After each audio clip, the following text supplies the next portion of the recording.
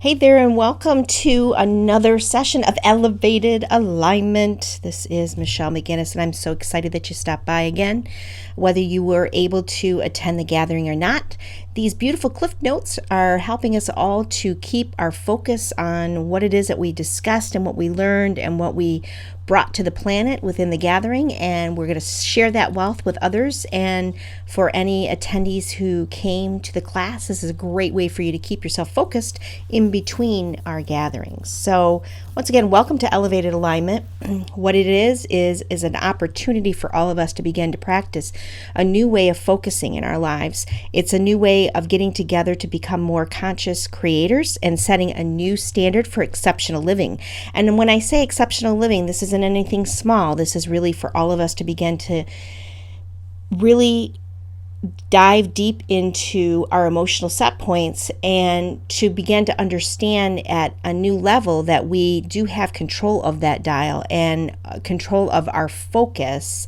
And for most of our lives, probably, people who are listening to something like this will truly understand the concept that, as we have grown from our childhood and into adulthood, we sometimes have lost focus that we do have control over our emotional set points and what we're experiencing in our lives. It really has been hammered into our head to live in a fear-based society. And this particular gathering is for those who are seeking to have a little bit more focused for themselves on what it is that they're creating, because life really is a juicy playground of experiences. And when we can begin to gather more momentum as a conscious group together, learning to play differently in the playground, as I call it, of emotions, we begin to learn that, first of all, we don't fear any emotion that comes up, but we also are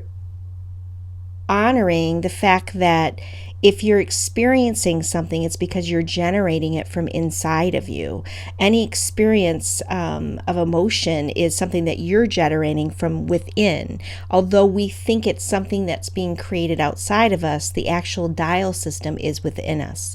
So that's what we get together. We get together to learn and to talk about how we are vibrational beings living in a vibrational world.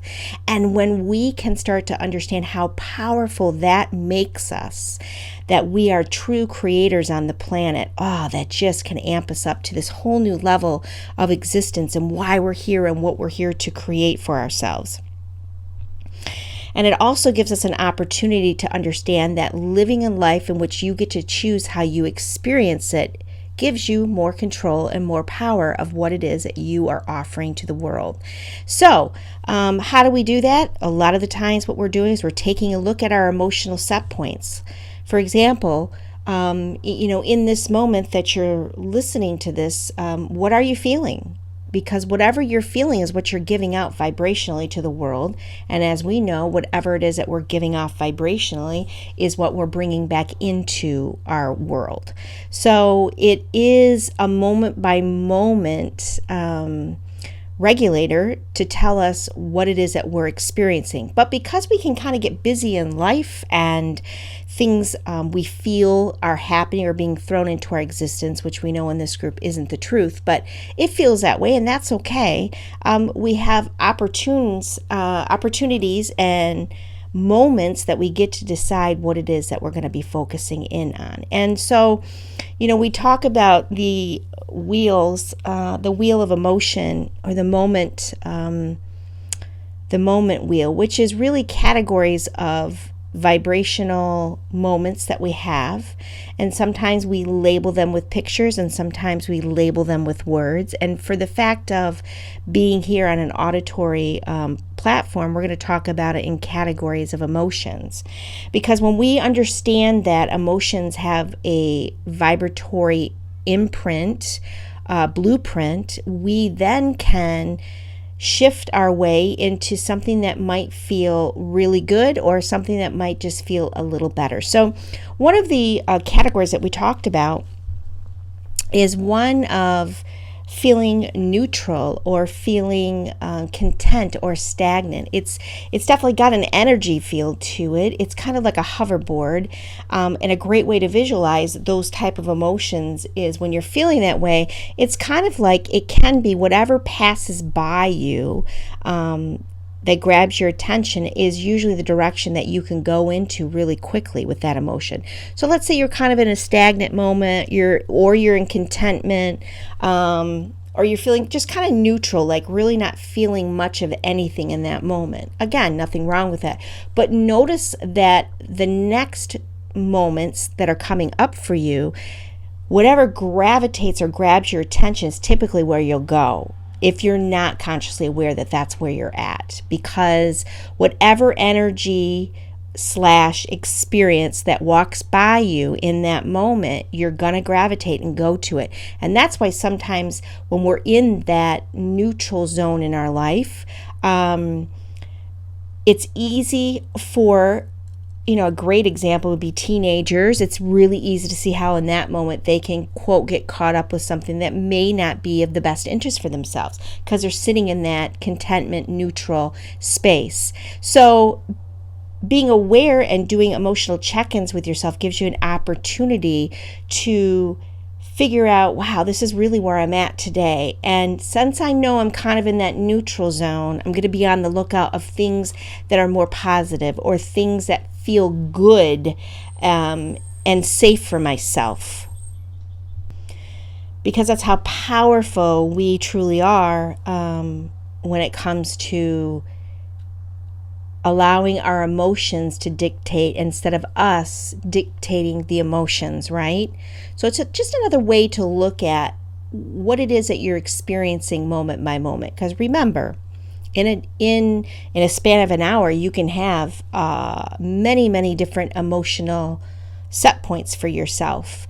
And some may feel longer than that. You may feel like I am in a state of boredom and I've been feeling bored all day long today. And when you begin to recognize that you've been in a pattern that just you're done with, because we as humans, we have these options of what we want to play with. And the way I like to describe it is, take a look at a playground. That's what your emotions are, every emotion.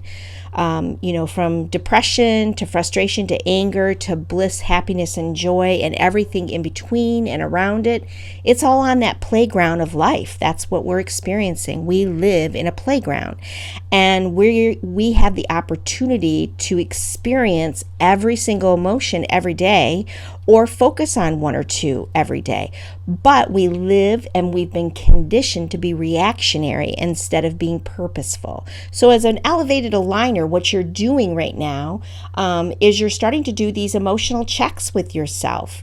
I always tell people, sometimes setting an alarm for yourself, if this is really fresh and new for you, and for those who've been doing emotional checks, maybe doing it more frequently now. There's always new levels of expansion that we are going through as a group.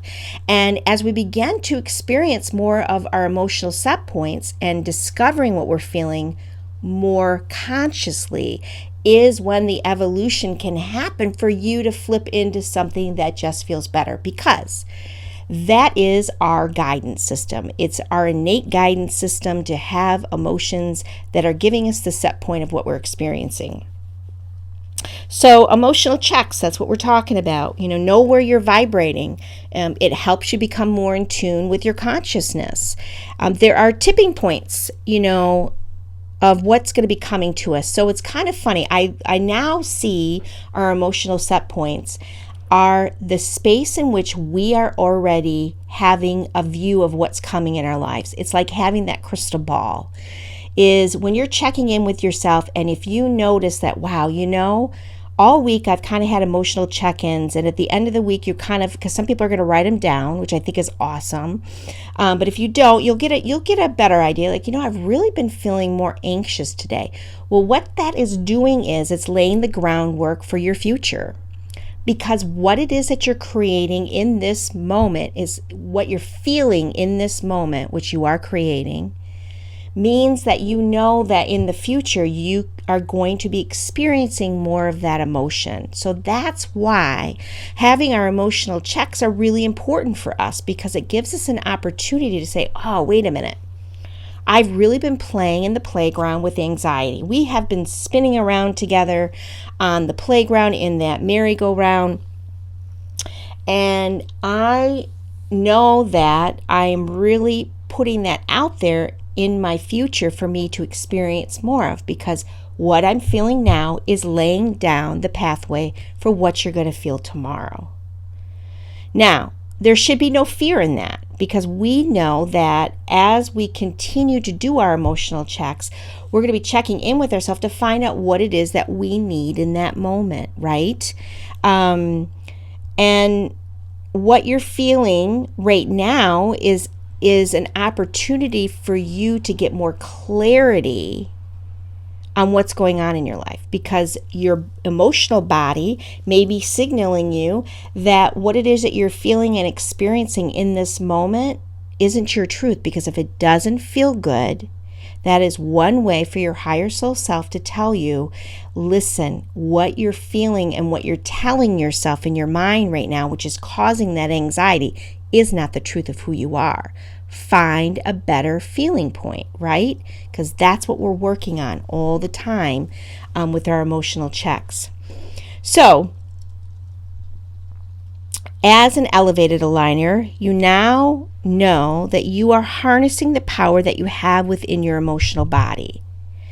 And that emotional body will tell you where you're vibrating at about anything in your life. And your job is to learn how to have control over every single emotion that you feel. So what does that control look like? Well, it looks like, being consciously aware of, you know what, I'm feeling a little angry right now. Like, anger is an easy one. People feel that. Maybe that's not a great example. So let's do to something like, I'm feeling a little anxious right now. Like, I can feel it in my body. Okay, well, with anxiousness, what tools do I have?